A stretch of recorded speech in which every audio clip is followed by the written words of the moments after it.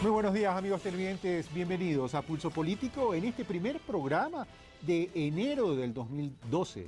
Gracias por siempre su sintonía y gracias por sus correos electrónicos preguntando cuándo comenzábamos con el primer programa de este año. Este año, además de desearles pues un feliz año, desearles que esté cargado de éxito y de bendiciones, que esperemos que las decisiones que tome el pueblo ecuatoriano en lo que tiene que ver con la política sean lo mejor para ustedes mismos, la ciudadanía. No importa la ideología, lo que importa es cómo se trabaja, lo que importa es qué beneficios se genera para ustedes. El día de hoy vamos a analizar un tema tremendamente importante para la economía de los ecuatorianos, y si es un tema tremendamente importante para la economía de los ecuatorianos, en consecuencia es un tema importante y trascendental para las familias ecuatorianas. Vamos a analizar al sector petrolero ecuatoriano. ¿Y por qué decimos que es importante? Porque es evidente que durante muchos años en la historia del Ecuador, el petróleo ha jugado un papel importante.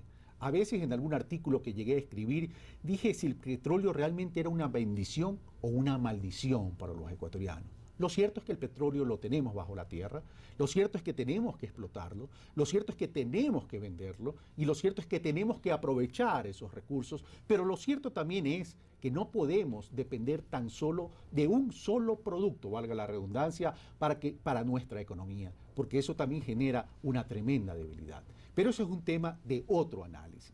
Hoy vamos a analizar entonces al sector petrolero ecuatoriano. Y ojo que no digo a la industria petrolera, porque yo vengo sosteniendo que tenemos un sector petrolero, pero no hemos sabido desarrollar la industria petrolera. De ahí que me apalanco en aquellas palabras del presidente de la República. Exportamos choclos para importar humitas. Exportamos crudo para importar derivados.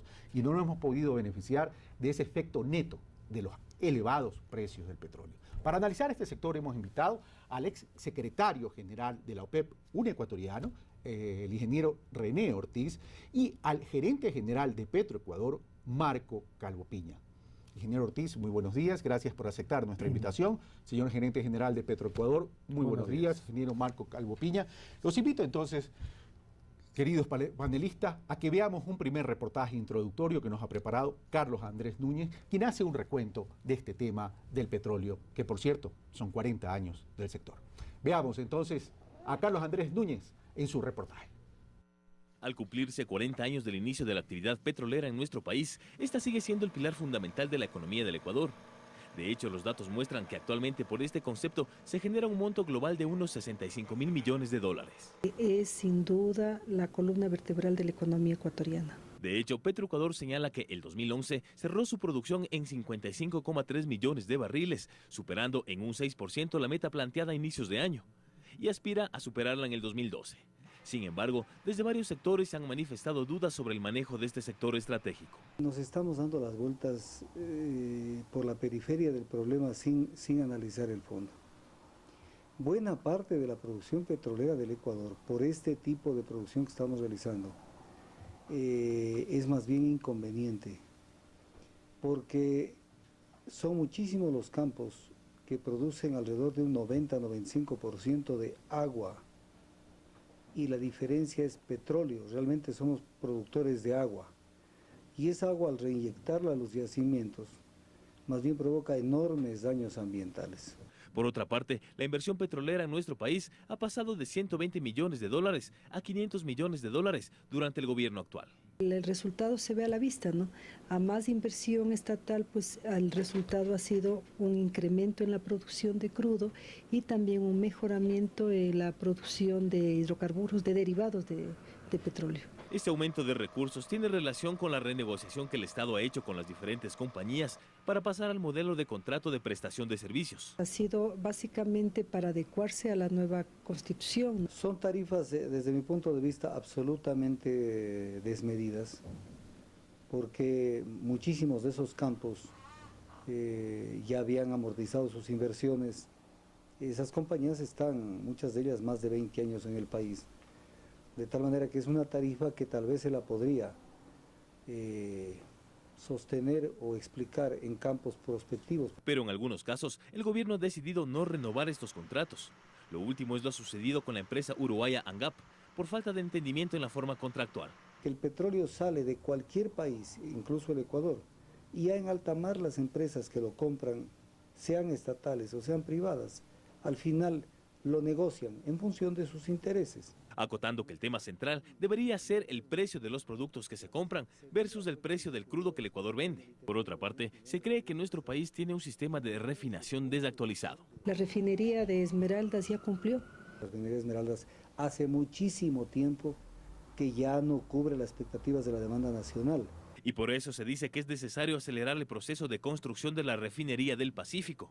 El esfuerzo que haga el gobierno para hacer realidad esa refinería es loable y necesario, es indispensable. ¿Cómo construimos una nueva refinería si no sabemos con qué crudo va a funcionar? Porque si tenemos crudo extranjero como dieta de esa refinería, los costos de los combustibles que salgan de esta refinería serán impensables. Y aún existen sectores en los que el Ecuador mantiene un bajo nivel de producción, como es el gas licuado de petróleo, por ejemplo. Cada vez hemos sido más dependientes de las importaciones. Estamos importando el 80% del GLP para el mercado nacional y 20% es de producción nacional. En tanto, para este año se anunció la fusión por absorción entre Petroamazonas y Petroecuador con el fin de mejorar la producción nacional en esta materia. La mejor manera de medir eficiencia entre empresas, y esa es una forma segura, es mirando costos. Petroecuador definitivamente hoy por hoy sigue siendo la empresa más eficiente del Ecuador, incluyendo las privadas e incluyendo Petroamazonas. En este contexto, muchos dicen que el Ecuador vive hoy una especie de bonanza económica, fruto del alto precio internacional del petróleo, situación que hay que aprovecharla, pues no se descarta tener que volver a enfrentar una crisis financiera mundial, como la sucedida en el 2009. El petróleo es el sueldo del Ecuador. Carlos Andrés Núñez, Pulso Político. Gracias, Carlos Andrés Núñez, por este reportaje introductorio. Bueno, comenzamos, señores, entonces. Permítame, René, comenzar con el gerente general de Petroproducción para después abrir el análisis con usted y tener este diálogo abierto a efecto que la ciudadanía haga un monitoreo de cuán eficiente hemos sido como país en el desarrollo del sector petrolero. En el reportaje de Carlos Andrés Núñez, Marcos Carlos Piña, dice que al cerrar el 2011 se cerró con 55.3 millones de barriles de petróleo. ¿Es lo correcto? Exactamente, así. Y lo programado era de 52 millones. De manera que nosotros efectivamente produjimos 6% más de la meta que nos habíamos fijado para este año. 6% más significa más de la meta. De la meta, un incremento en relación a la meta. Más de 3 millones de barriles. Ok, pero sin embargo me llama la atención cuando Walter Spurrier, un conocedor del sector, en un artículo menciona, en el 2004 el Ecuador produjo 197 millones de barriles, 79 millones de Petroecuador, 119 millones de las contratistas. En el 2005 disminuyó la producción de Petroecuador y ahora tenemos 55.3 millones, que es una cifra bastante baja, bastante inferior en relación a lo que Walter Spurrier dice en el 2004. Ok, yo estoy hablando de la producción neta directa de Petroecuador. A través de una de las subsidiarias, Río Napo, se produjo 18 millones de barriles más. ¿Sí? Y está la producción de Petroamazonas y está la producción de las empresas privadas. Con lo cual nosotros el año tuvimos alrededor de 500.000 barriles diarios de crudo producidos. Estos niveles de producción son equivalentes a los del año 2006 más o menos. Estamos regresando a esos niveles. Al nivel del 2006, pero todavía seguimos inferiores del 2004. Desde el año 2000 hubo una gran caída de la producción de crudo en el Ecuador. Particularmente en el caso de Petroecuador, fundamentalmente porque en este negocio, y René lo sabe, si uno no invierte, pues obviamente la declinación natural de la producción se viene y baja la producción. Es que ahí donde quería llegar, Marco Calvo Piña, permítame entonces ir donde René Ortiz. Si uno no invierte, la producción se cae, pero viendo las cifras de la economía del país, que depende específicamente, puntualmente, importantemente del petróleo, ¿cómo es eso que dependemos del petróleo y no hemos sabido invertir en desarrollar la industria petrolera? Suena contradictorio. Parecería contradictorio, pero esta industria, si usted me permite, es una industria de capital intensivo. Hay que meterle plata para sacarle plata. Constantemente. Constantemente. Y entonces, si tomamos una época antes de este periodo administrativo, están combinándose las potencialidades de Petroecuador, de la empresa estatal, con las potencialidades de la empresa privada, internacional. Si la estatal depende de los ingresos que provengan de los impuestos y de las exportaciones de petróleo, y si estos son bajos, como en efecto fueron en un periodo, llamémosle, del año 2000 al 2002, 3, 4, entonces las finanzas estatales, que son las únicas fuentes de financiamiento de Petroecuador, no tienen suficiente dinero. Primero tienen que satisfacer las otras necesidades. Las petroleras no están en ese problema. Las petroleras saben de dónde sacar dinero, saben cómo financiar. Tienen más apalancamiento. Tenían más apalancamiento. Esa combinación Estado público privado con las empresas privadas permite que en el 2003 se dispare la producción.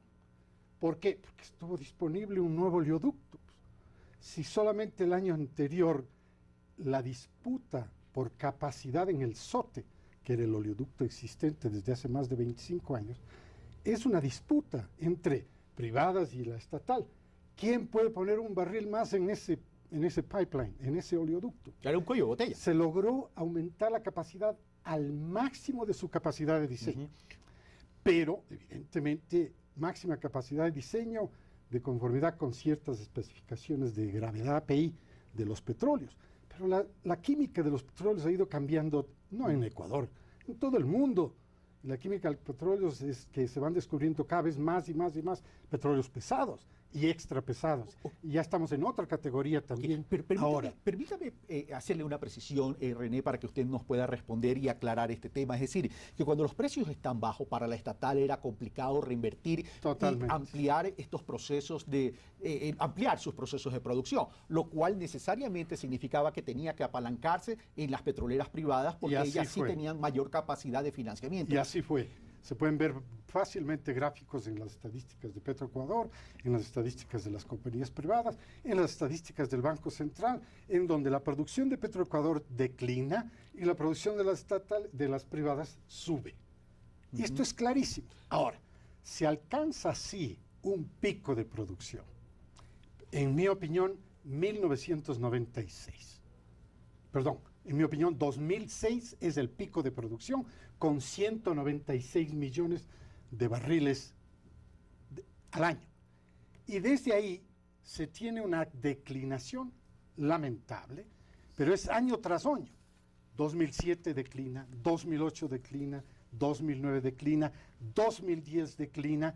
Toda esta declinación obedece al proceso de renegociación de los contratos planteado por el gobierno nacional. Y entonces, evidentemente, toma 4 años y recién en el 2011, después de haber terminado las negociaciones a finales del 2010, se tienen los nuevos contratos, las nuevas modalidades. La curva de nuevo no solamente las privadas, sino también Petroecuador. Suben la producción en el 2011, pero Petroamazonas se le cae la producción. Vamos a eso entonces. Se le cae la producción. Ya vamos a ver lo de Petroamazonas, pero vamos a eso entonces, René Ortiz, donde vamos a Marco Calvo Piña. ¿Está de acuerdo con lo que ha dicho René Ortiz, que durante esos 4 años que se demoró en la renegociación de los contratos, la producción cayó y que ahora ya renegociado los contratos, ya hay planes de inversión, ya la producción comienza a incrementarse? Y por otro lado, ¿qué tan beneficioso fue para el país este cambio de modalidad de los contratos a prestación de servicio? Bueno, efectivamente, luego de la renegociación de los contratos con las empresas petroleras, y precisamente debido a eso, en los contratos se establecieron ciertos compromisos de inversión que las empresas petroleras obviamente tienen que cumplir, lo están haciendo. Pero ya esos compromisos de inversión no estaban con los contratos anteriores. Anteriormente tenían unos compromisos de inversión, pero muchos de ellos se quedaron en el tintero. Ten en cuenta que iban a llenar el OCP con 400.000 barriles de capacidad. Se hablaba de que el Ecuador iba a llegar a una producción de 800.000 barriles, con todos los planes que tenían las petroleras privadas. 850. Exactamente. Entonces, no se cumplieron todos esos programas. Ahora se establecieron nuevos compromisos dentro de los contratos y yo tengo entendido de que los están cumpliendo y que la producción de las petroleras... ¿Tengo entendido o estamos seguros que lo están cumpliendo? Porque a mí me llama la atención. Yo lo digo, ¿por qué? Porque yo soy gerente de Petroecuador, sí. Entonces yo tengo que ver directamente con las operaciones de Petroecuador, pero claro, yo como estoy en el sector, pues trato de estar bien enterado de lo que ocurre también en las otras empresas. Y claro, también veo las estadísticas, ¿sí? Se ve que las empresas privadas están subiendo la producción. Ahora, por parte de Petroecuador, que es de la parte que me corresponde a mí explicar con detalle, realmente la caída de la producción fue hasta el año 2007, en el que antes de eso teníamos una inversión promedio de unos 120 millones de dólares al año, y en el año 2007 se logra de alguna manera sostener la caída de la producción. En el año 2008 empieza un proceso de inversión grande en la empresa. Que coincide con el año de crisis. Sí, el año 2008 fue el año, recuerde, en el que en el mismo año el precio del petróleo llegó a su pico más alto y posteriormente la caída más rápida que se dio en cuestión de meses. ¿Sí?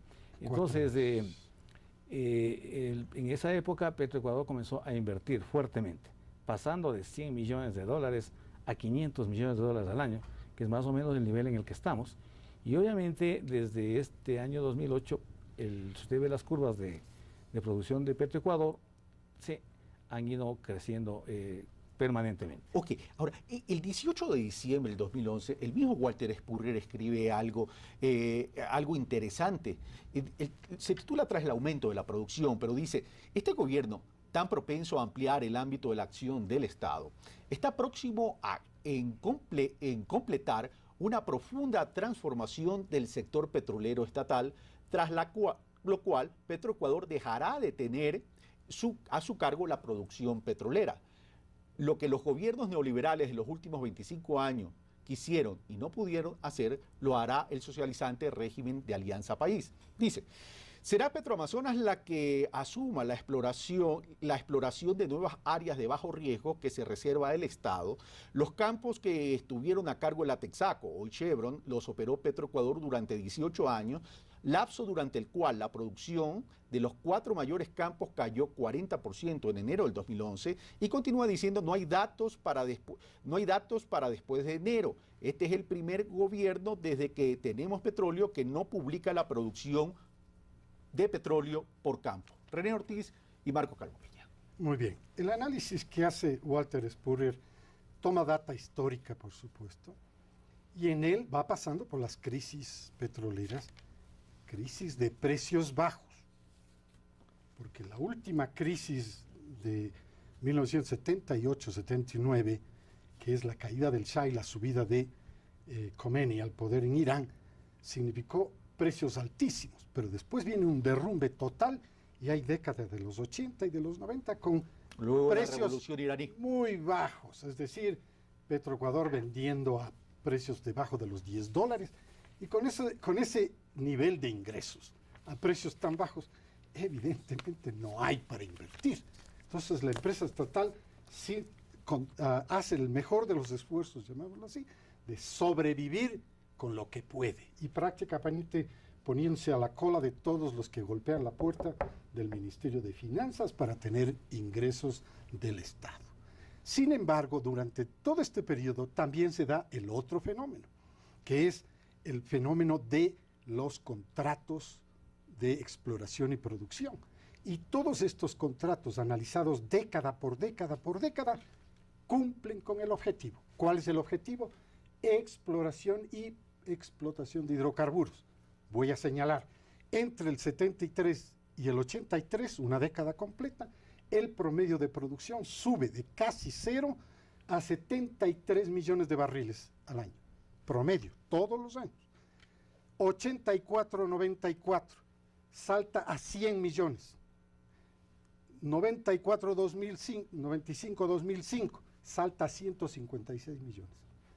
Esto demuestra claramente que las modalidades contractuales que se utilizaron en los gobiernos anteriores, en la primera fase de 73 millones de esa década, estaba funcionando la asociación. Esa asociación era directamente con Texaco y Golf al principio, y luego solamente Texaco, CEPE Texaco.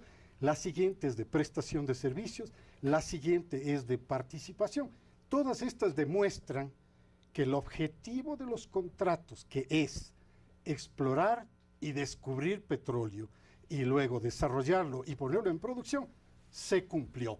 Y es más, a partir del 1998 empieza el proceso de negociación para hacer un nuevo oleoducto. ¿Por qué? Porque ya las contratistas han podido invertir, tienen capacidad, pero no pueden producir. Este nuevo contrato que tenemos ahora les representa una oportunidad para el país por el nivel de ingresos que obtiene, tiene más ingresos, pero ¿es un incentivo para la inversión privada a querer invertir en la exploración y en la explotación?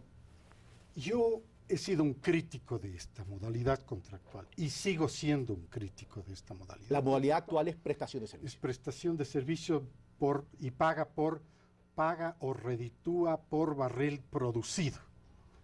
Y está bien para las compañías que estaban aquí y por eso firmaron. Y algunas de ellas, por supuesto, no tomaron en consideración eso y se fueron y no firmaron ningún contrato.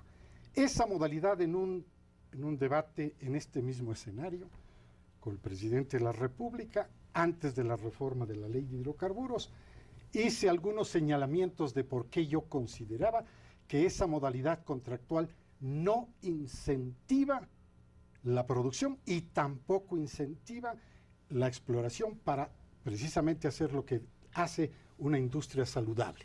Reponer las reservas que se consumen produciendo con reservas nuevas y descubiertas.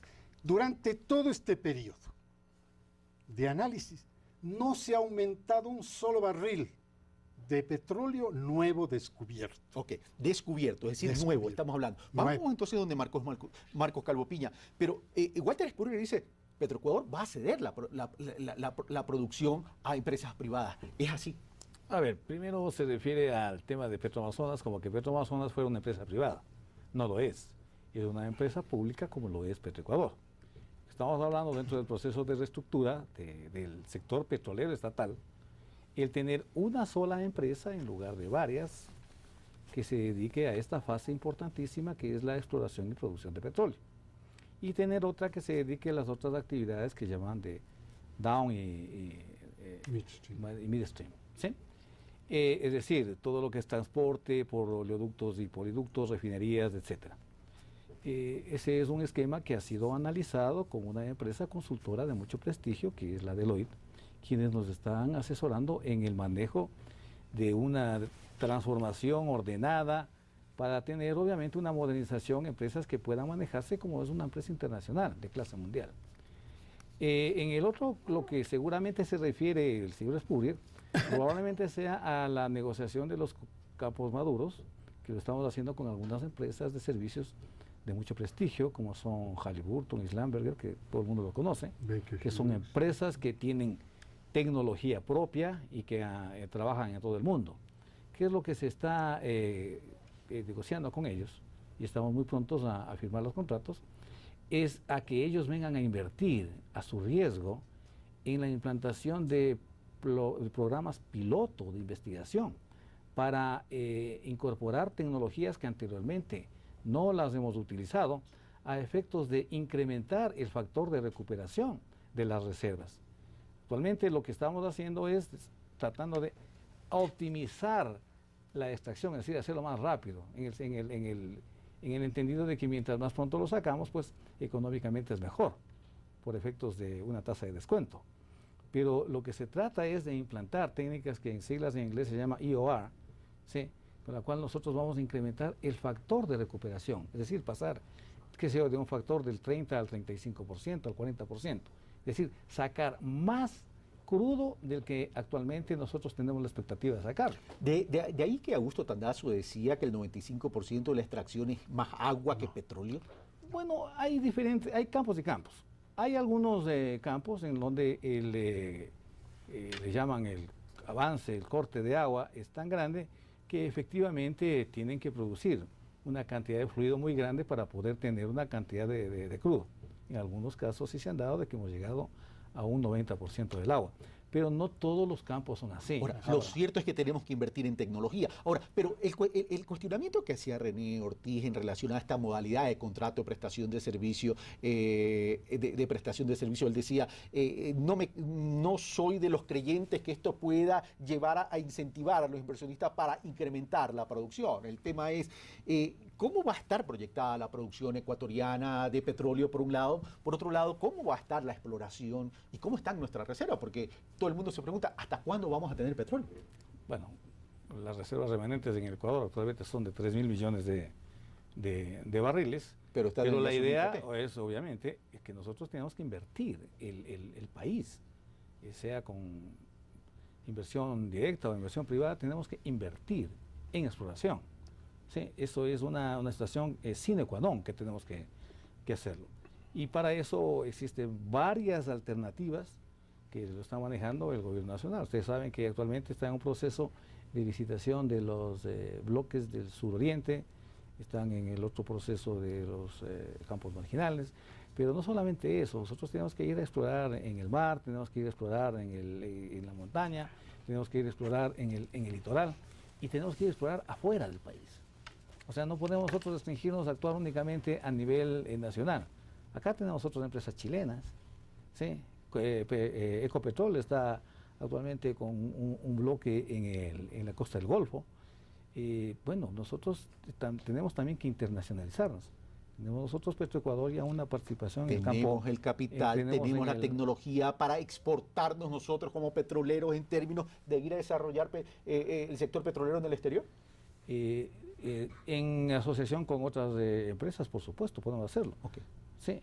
Entonces, yo quería referirme al tema de la modalidad de contrato. Y en general, mire, y no solamente en esta, sino en otras actividades, al final lo que manda es la rentabilidad. Sí, si una empresa ve que aquí existe un potencial de hacer negocio, pues obviamente lo va a hacer. Si es que no ven que satisfaga sus expectativas de rentabilidad, no van a venir. Es así. Eso en toda línea. Es a nivel general. ¿Cómo se han negociado los contratos o se renegociaron los contratos petroleros? Sobre la base de una expectativa de una rentabilidad. Para las actividades con las inversiones que tienen, un 15%. Para actividades de riesgo, un 25%. Más o menos así es como se han establecido y se han definido las tarifas. O sea, la tarifa no es que, digamos, una negociación pura, sino es una negociación basada en ciertos parámetros de rentabilidad, considerando cuáles son las inversiones, considerando las expectativas de producción y un cierto nivel de precios.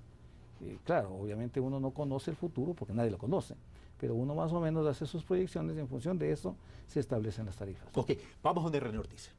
Vamos, hay un problema serio en los contratos que han sido renegociados. Esos contratos son renegociados en un bloque y esos bloques ya han sido lo suficientemente explorados. Hay poco más por explorar ahí. Hay muchas áreas de exploración de Ecuador, sí. Por favor, empecemos por todo lo que es costa afuera. Tenemos para largo, ¿no es cierto? Todo lo que es la costa, la cuenca Progreso, que es gigantesca, para largo. El Piedemonte Oriental, mucho. El suroriente y el nororiente. O sea, 5 áreas para exploración.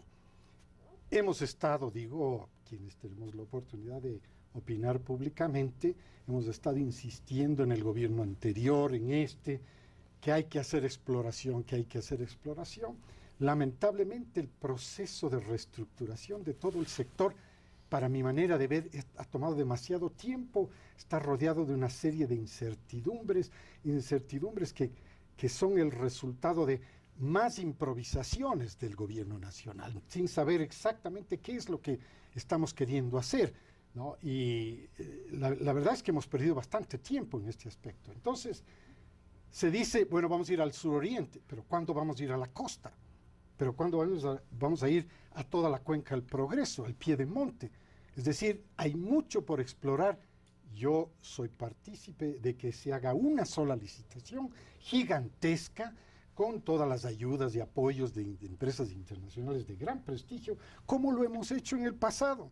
El mismo ministro de de recursos naturales no renovables, Wilson Pastor, fue un artífice de probablemente la mejor licitación que se haya lanzado en el Ecuador, con una respuesta de 56 compañías petroleras. La séptima ronda. Claro, la séptima y la octava. Con una respuesta de esta naturaleza y las mejores compañías del mundo. Y el resultado fue aumento de reservas, aumento de producción, aumento de ingresos. Si el gobierno actual, permítame señalarlo, se ha beneficiado solo de la política implementada por los gobiernos anteriores, porque el gobierno actual hasta ahora no pone un barril nuevo. Todos esos barriles que están produciéndose hoy día, los que se produjeron el año anterior, los del año anterior, y así sucesivamente. Y la bendición, el maná de los precios que hemos vivido en los últimos 4 años o 5 años de la administración del presidente de la República, Rafael Correa, pues son los beneficios netos de todas las políticas petroleras implementadas en los gobiernos anteriores. Marco Calvo Piña, se ha beneficiado de las políticas petroleras de gobiernos anteriores, no han puesto un barril nuevo, no han sustituido la reserva, pero sí cambiaron la modalidad del contrato y la fórmula de los ingresos para el país. Marco Calvo Piña. Bueno, cuando uno generaliza que los gobiernos anteriores han hecho esto, bueno, hay algunos gobiernos donde no se hizo nada, ¿sí? Lo que sí puedo decir es de que nosotros estamos en algunos procesos de exploración que no son lo grande que deberían ser en este país, porque obviamente estamos hablando de inversiones a riesgo, pero ayer mismo se anunció algunos hallazgos de nuevas reservas que Petroecuador los incorporó.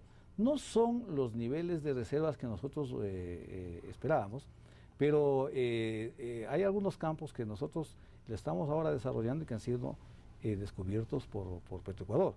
El Campo Drago es un magnífico campo nuevo que estamos incorporando a la producción. Actualmente nos está dando como 10.000 barriles diarios de crudo y esperamos llegar a los 20.000 en un solo campo, en un campo cercano a Xixufindi, que eso fue descubierto hace poco tiempo y desarrollado por Petroecuador. Y hay otras estructuras que actualmente ya están en desarrollo, como Payacocha, por ejemplo.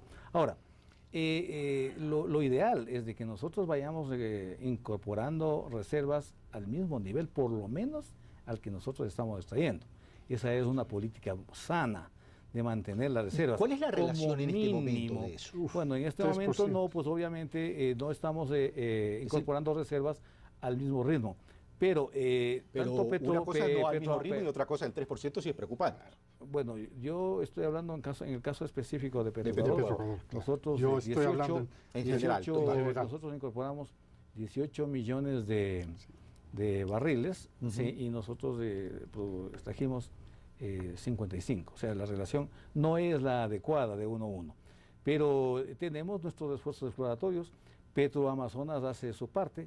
Igualmente está previsto en el caso de Río Napo, en la última renegociación del contrato que lo hicimos, se incorpora una responsabilidad, un compromiso de inversión a riesgo de parte de PDVSA, en tanto para la incorporación de técnicas de recuperación mejorada de reservas, cuanto para explorar el Precretácico, que es una área que también, así como se habló geográficamente de manera horizontal, estamos hablando ahora también de ampliar nuestro horizonte de exploración, también desde el punto de vista vertical, llegar a profundidades en las cuales nosotros no hemos llegado, pero que en países vecinos como Colombia, ellos han logrado encontrar reservas importantes a ese nivel de profundidad. Ahora, si conocemos todo eso, ¿por qué no apresuramos?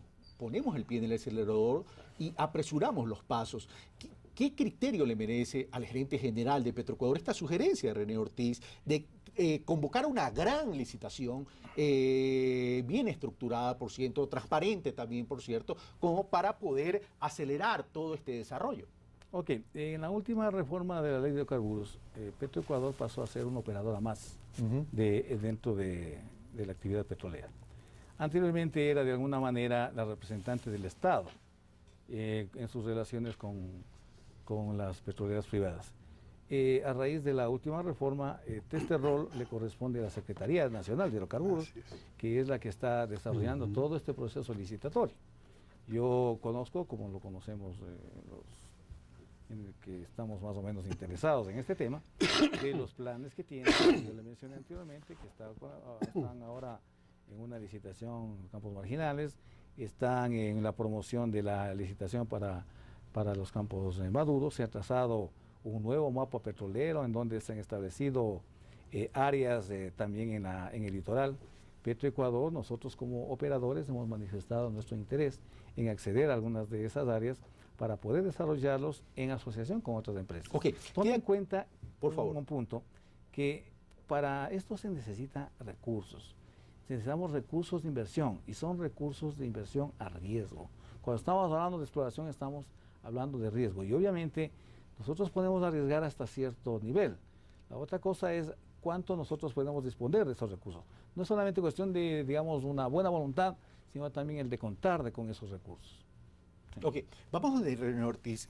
Sin perjuicio que René quiera acotar o refutar algo de lo mencionado por Marco Calvo Piña, cuando yo dije tenemos un sector petrolero, tenemos petróleo, pero no hemos sabido desarrollar la industria petrolera, evidentemente me refería a la ausencia de refinerías eficientes.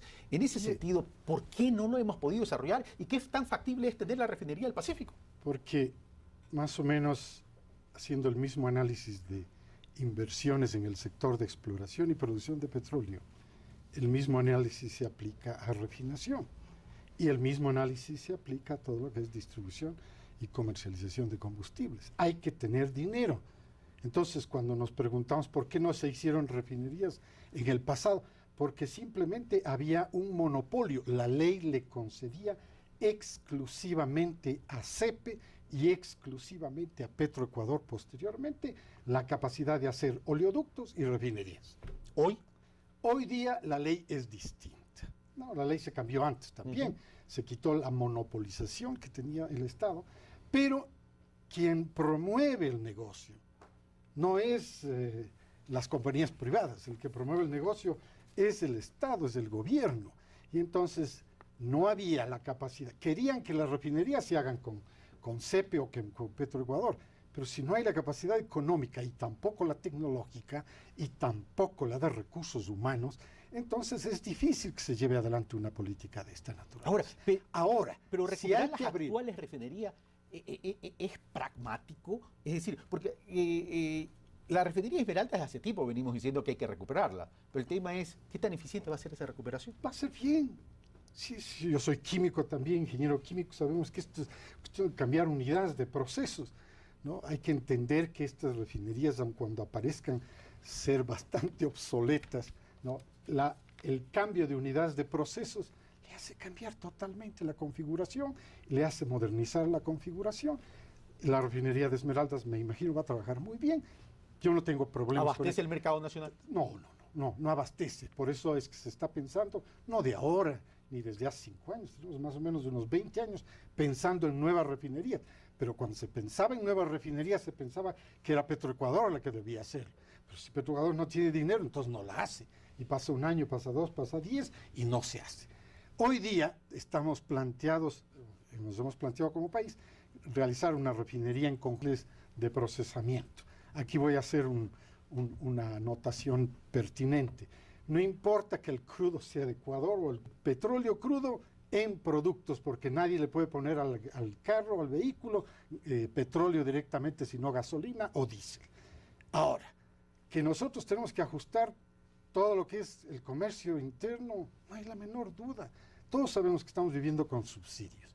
Esto tiene que ajustarse en algún momento, sea que lo lleve adelante este gobierno, sea que lo lleve adelante un próximo gobierno, no interesa, pero que el país lo tiene que hacer porque ese es el ejercicio puro, ¿no? del sinceramiento de una economía. Hay que hacerla porque hoy día cuesta mucho dinero.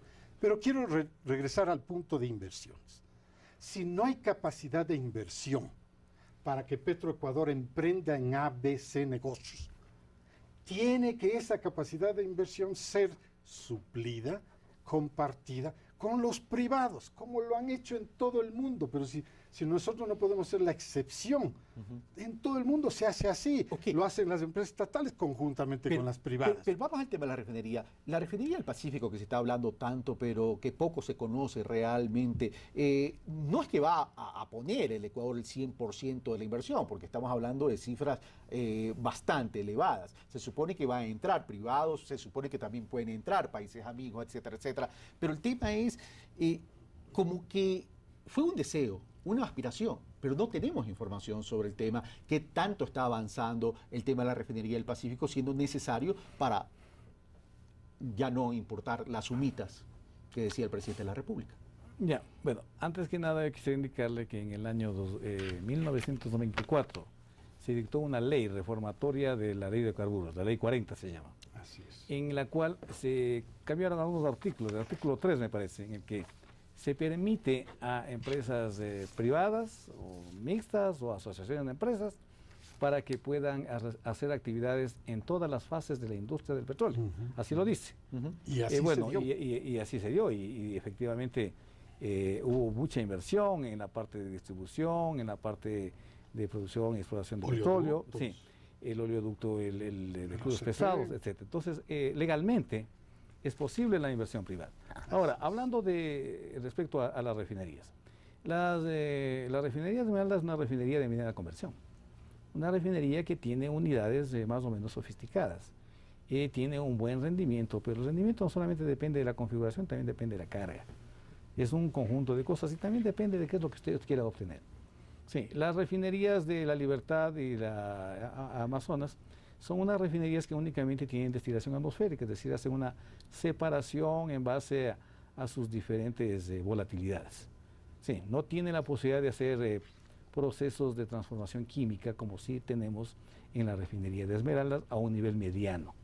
La refinería del Pacífico es una refinería que se denomina de alta conversión o de conversión profunda.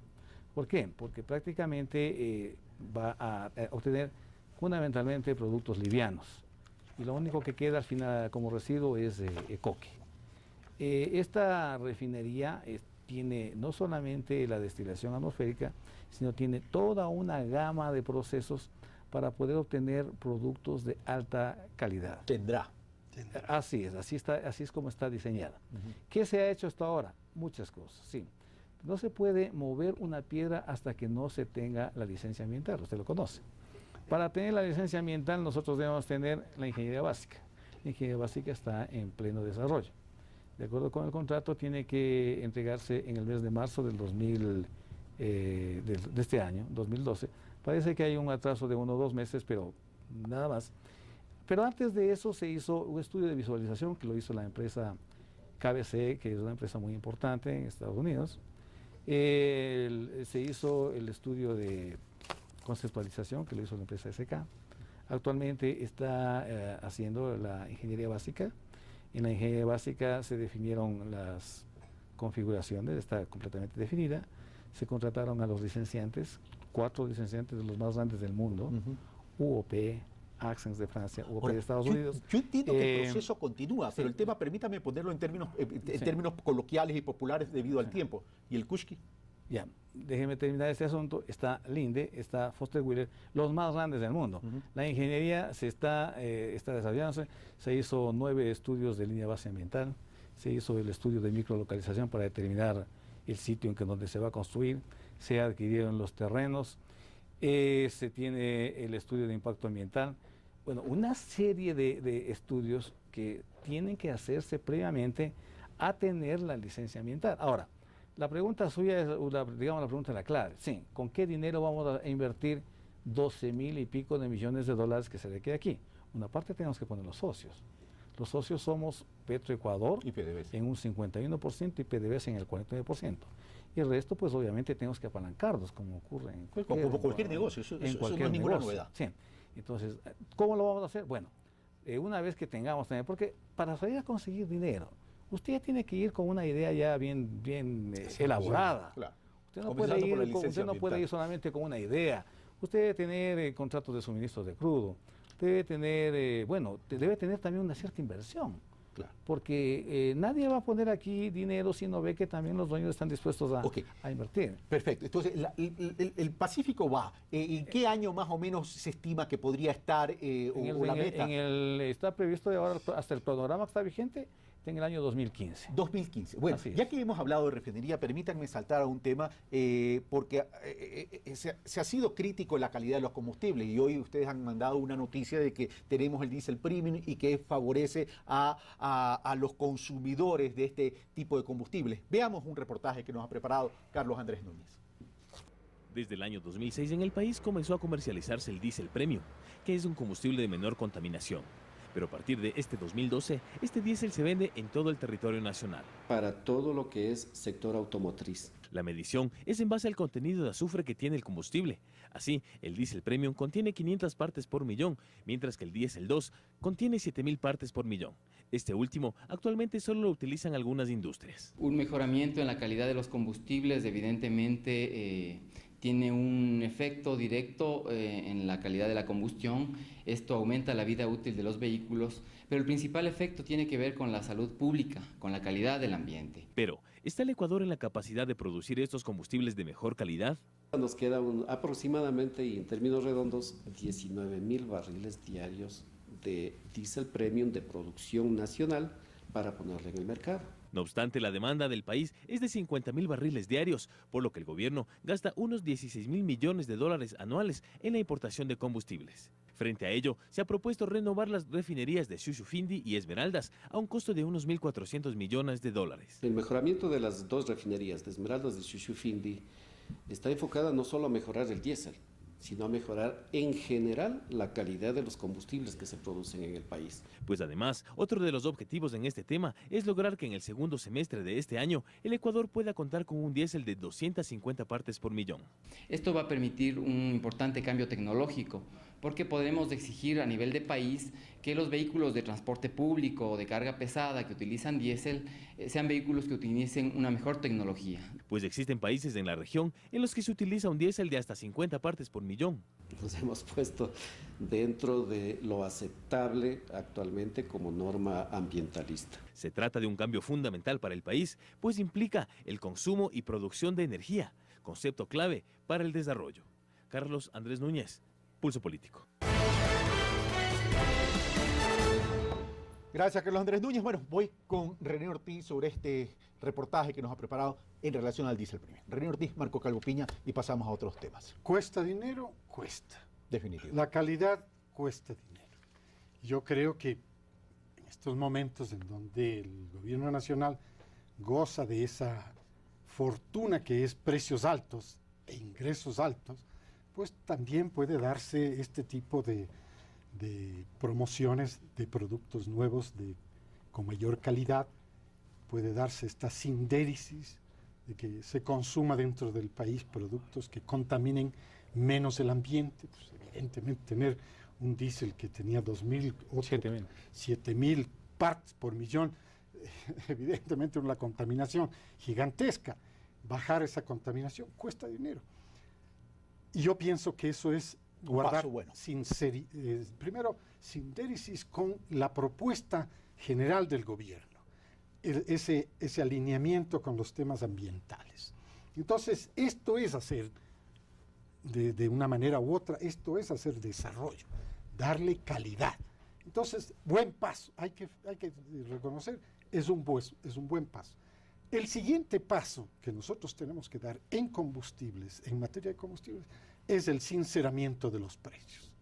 Porque esta manera generalizada de que todo el mundo se beneficia de los subsidios, definitivamente esto es un horror de organización. Esto se llama organización. Esto venimos clamando desde hace muchísimos años. Es más, se llegaron en algunos gobiernos a tener hasta la impresión de los bonos con los que se acomodaba el sistema de calificación de las familias que se hacían merecedoras de un bono para el gas licuado mensual. El promedio era así, mensual, porque era más o menos una familia de 4 o 5 miembros. Un bono, si consume más, pues paga por el combustible más caro. Y todo esto ha ido quedándose y quedándose porque hay esta asociación entre la técnica y la política. Y lamentablemente esta asociación técnico-político hace que en el momento en que se vaya a tomar la decisión, la política supere a la técnica y simplemente... Lo que habría entonces es que focalizar de pronto los subsidios más que eliminar Es que la el subsidio. focalización es una necesidad, es una necesidad porque eso es una mejor forma de redistribuir también La el riqueza. ingreso. Así es. Calidad de los combustibles. El presidente Rafael Correa en algún momento prácticamente amenazó a Petroecuador diciendo, si no mejoran la calidad de combustible hasta determinada fecha, no me tiembla la mano y los privatizo. Parece que surgió efecto aquella advertencia. Bueno, está bien, el señor presidente nos motiva a nosotros y con su liderazgo nos ha permitido, en este caso, dar un paso importante en algo que no se ha hecho tampoco en muchos gobiernos. Avanzar en la mejora de la calidad de los combustibles, al punto de que en el caso de la gasolina extra, por ejemplo, somos de los países con más bajo octanaje en la región y muy abajo de los requerimientos técnicos de los vehículos. El INEM, que es el ente que fija los estándares de calidad de diferentes productos, entre ellos como los combustibles, ha fijado un programa de mejoramiento para llegar hasta el año 2015 con especificaciones al nivel de lo que es la norma Euro 5, que es una de las normas más exigentes para la fabricación de combustible, de vehículos con combustibles líquidos. En 3 años. Hasta el año 2014, ¿sí? 2014 estamos empezando, estamos a 3 años. Así está fijada la norma. Y obviamente lo que estamos nosotros haciendo ahora es adelantándonos a eso. El señor presidente nos ha indicado que no puede él esperar tanto tiempo para que se mejore.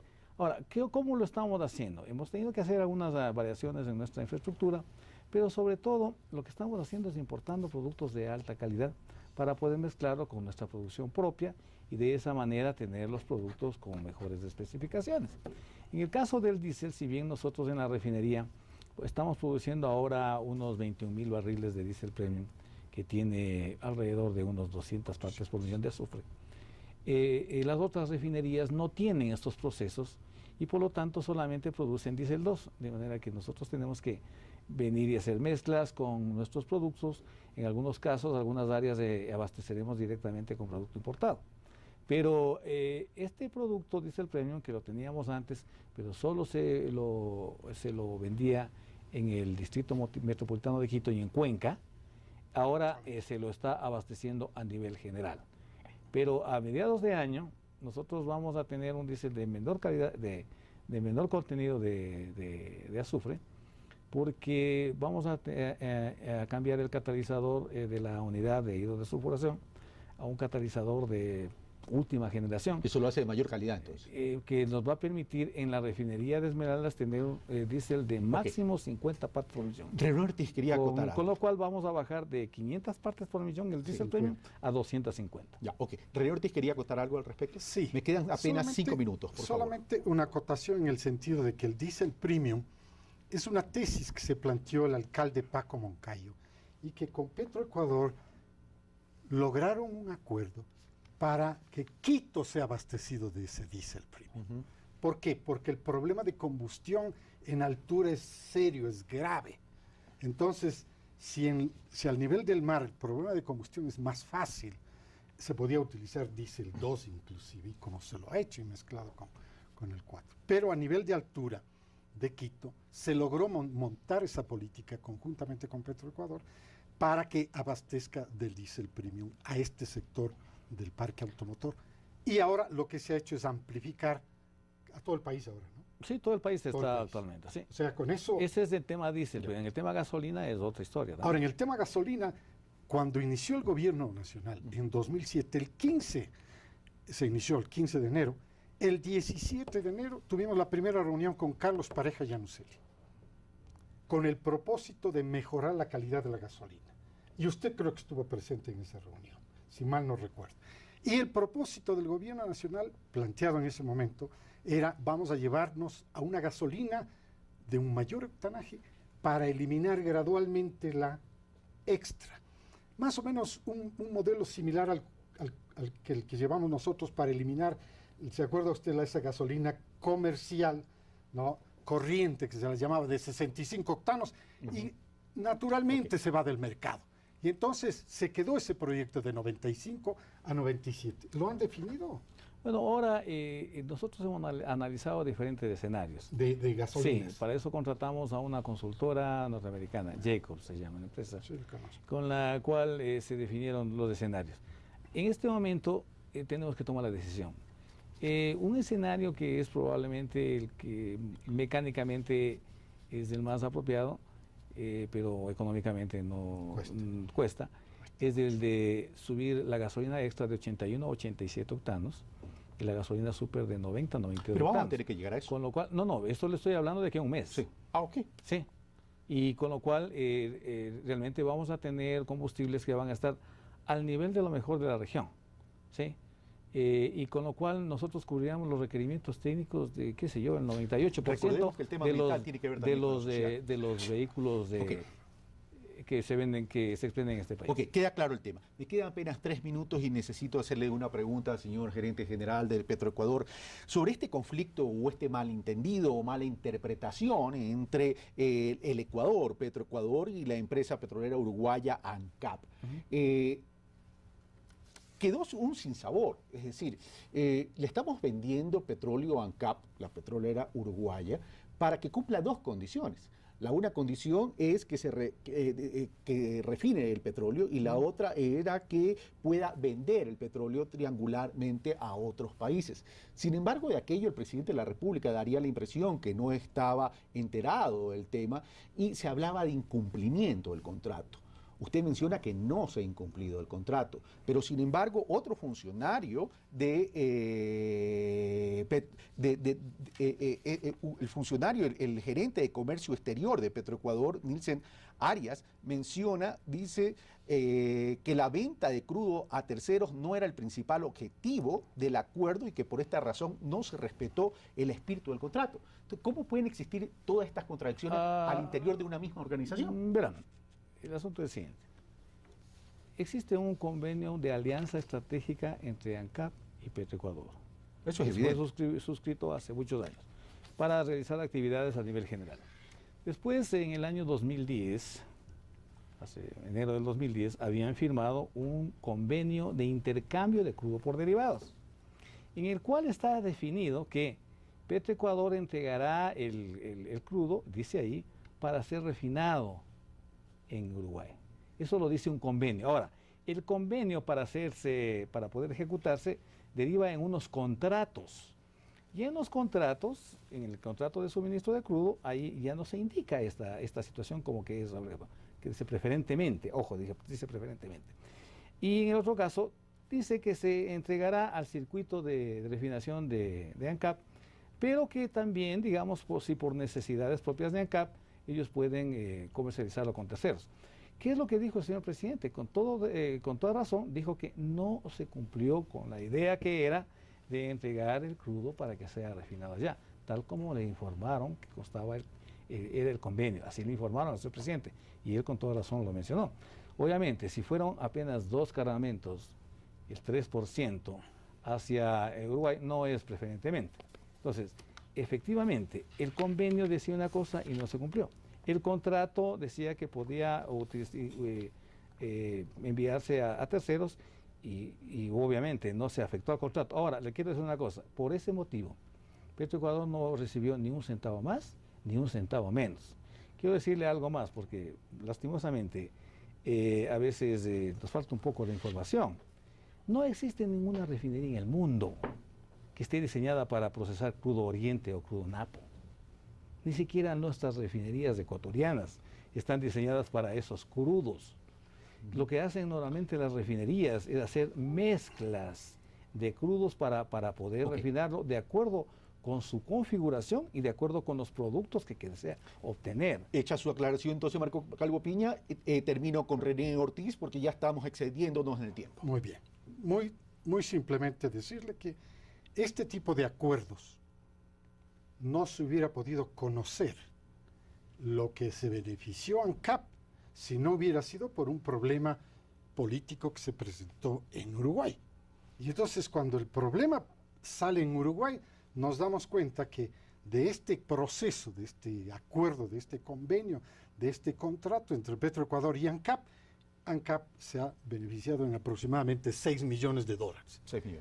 Si es que Petroecuador, eso dice la prensa uruguaya, si es que Petroecuador hubiera continuado como ha hecho por tantos años con licitaciones, pienso yo que probablemente se hubiera beneficiado de esos 6 millones de dólares. 30 segundos, Marco Carlos Piña, y terminamos. Bueno, si se ha beneficiado, está bien, porque no hay un contrato en el que una sola parte se beneficie. Petroecuador también se ha beneficiado de esos contratos, obviamente, sí, y ellos también deben haberse beneficiado. Todo dentro de lo lícito. Ahora, ¿qué es lo que pasó con ANCAP?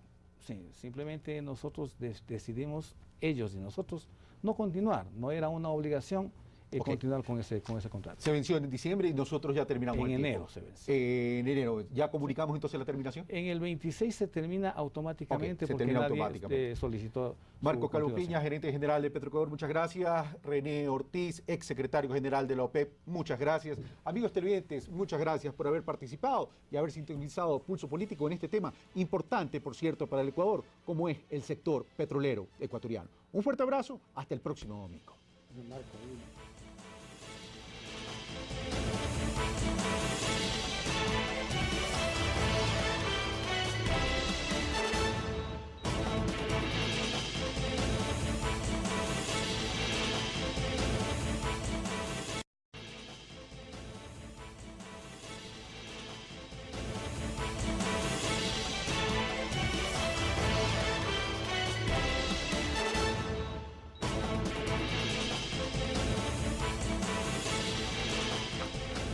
Muy buenos días, amigos televidentes, bienvenidos a Pulso Político en este primer programa de enero del 2012.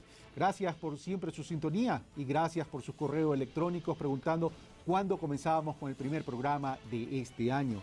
Este año, además de desearles pues un feliz año, desearles que esté cargado de éxito y de bendiciones, que esperemos que las decisiones que tome el pueblo ecuatoriano en lo que tiene que ver con la política sean lo mejor para ustedes mismos, la ciudadanía. No importa la ideología, lo que importa es cómo se trabaja, lo que importa es qué beneficios se genera para ustedes. El día de hoy vamos a analizar un tema tremendamente importante para la economía de los ecuatorianos, y si es un tema tremendamente importante para la economía de los ecuatorianos, en consecuencia es un tema importante y trascendental para las familias ecuatorianas. Vamos a analizar al sector petrolero ecuatoriano. ¿Y por qué decimos que es importante?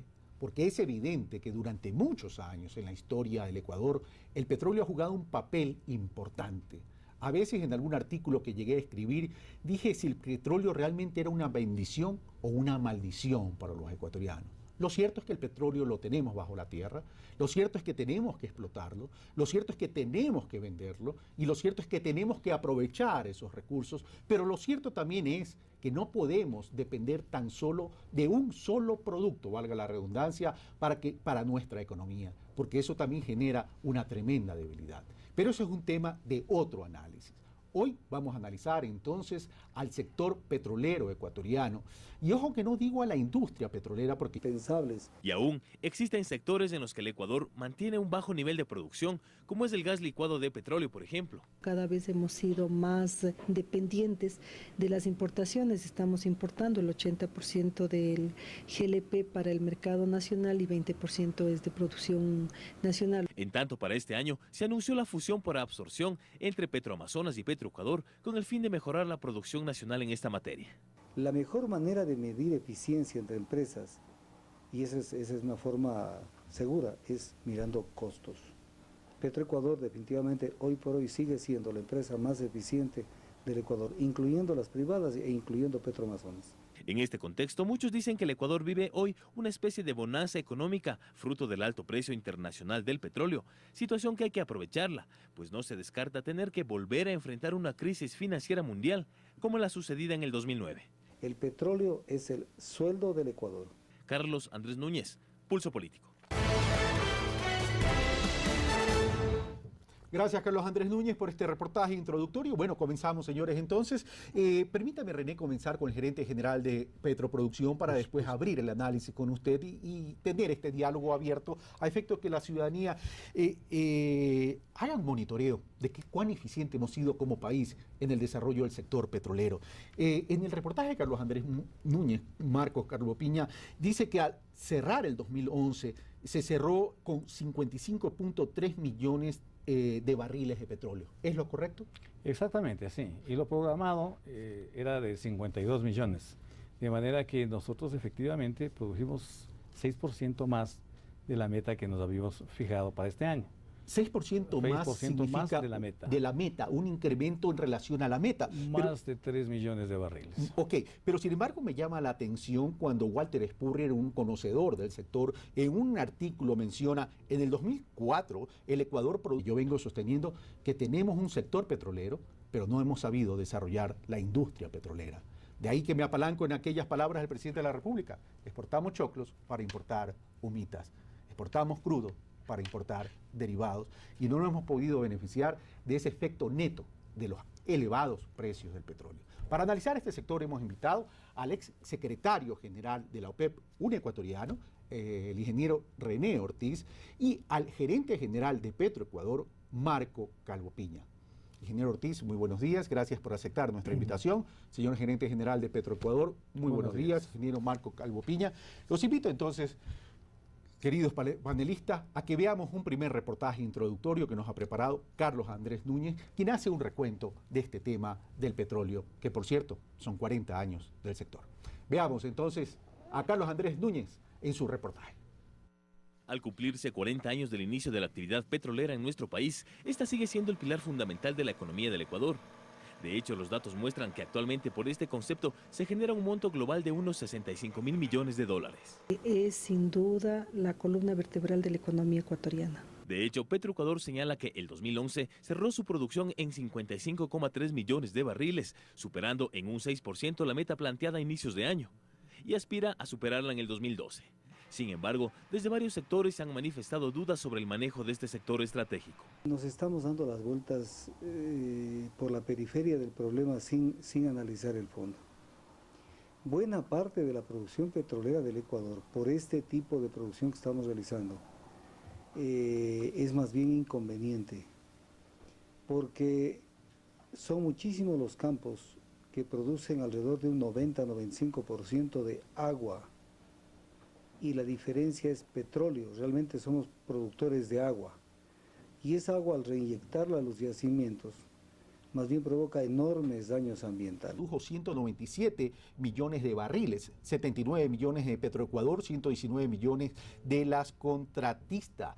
En el 2005 disminuyó la producción de Petroecuador y ahora tenemos 55.3 millones, que es una cifra bastante baja, bastante inferior en relación a lo que Walter Spurrier dice en el 2004. Ok, yo estoy hablando de la producción neta directa de Petroecuador. A través de una de las subsidiarias, Río Napo, se produjo 18 millones de barriles más.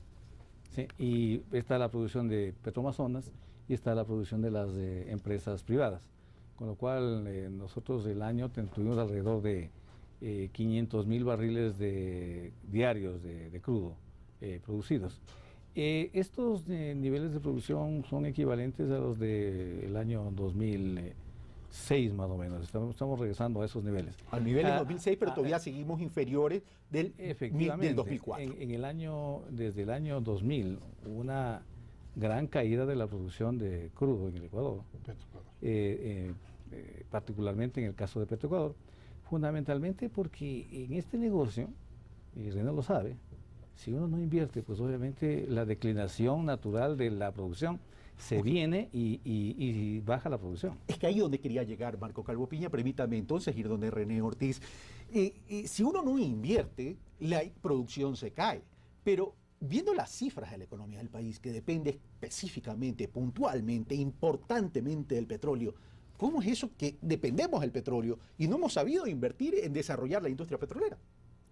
Suena contradictorio. Parecería contradictorio, pero esta industria, si usted me permite, es una industria de capital intensivo. Hay que meterle plata para sacarle plata. Constantemente. Constantemente. Y entonces, si tomamos una época antes de este periodo administrativo. Por otra parte, la inversión petrolera en nuestro país ha pasado de 120 millones de dólares a 500 millones de dólares durante el gobierno actual. El resultado se ve a la vista, ¿no? A más inversión estatal, pues el resultado ha sido un incremento en la producción de crudo y también un mejoramiento en la producción de hidrocarburos, de derivados de petróleo. Este aumento de recursos tiene relación con la renegociación que el Estado ha hecho con las diferentes compañías para pasar al modelo de contrato de prestación de servicios. Ha sido básicamente para adecuarse a la nueva Constitución. Son tarifas, desde mi punto de vista, absolutamente desmedidas, porque muchísimos de esos campos ya habían amortizado sus inversiones. Esas compañías están, muchas de ellas, más de 20 años en el país. De tal manera que es una tarifa que tal vez se la podría sostener o explicar en campos prospectivos. Pero en algunos casos, el gobierno ha decidido no renovar estos contratos. Lo último es lo sucedido con la empresa uruguaya ANGAP, por falta de entendimiento en la forma contractual. El petróleo sale de cualquier país, incluso el Ecuador, y ya en alta mar las empresas que lo compran, sean estatales o sean privadas, al final lo negocian en función de sus intereses. Acotando que el tema central debería ser el precio de los productos que se compran versus el precio del crudo que el Ecuador vende. Por otra parte, se cree que nuestro país tiene un sistema de refinación desactualizado. La refinería de Esmeraldas ya cumplió. La refinería de Esmeraldas hace muchísimo tiempo que ya no cubre las expectativas de la demanda nacional. Y por eso se dice que es necesario acelerar el proceso de construcción de la refinería del Pacífico. El esfuerzo que haga el gobierno para hacer realidad esa refinería es loable y necesario, es indispensable. ¿Cómo construimos una nueva refinería si no sabemos con qué crudo va a funcionar? Porque si tenemos crudo extranjero como dieta de esa refinería, los costos de los combustibles que salgan de esa refinería serán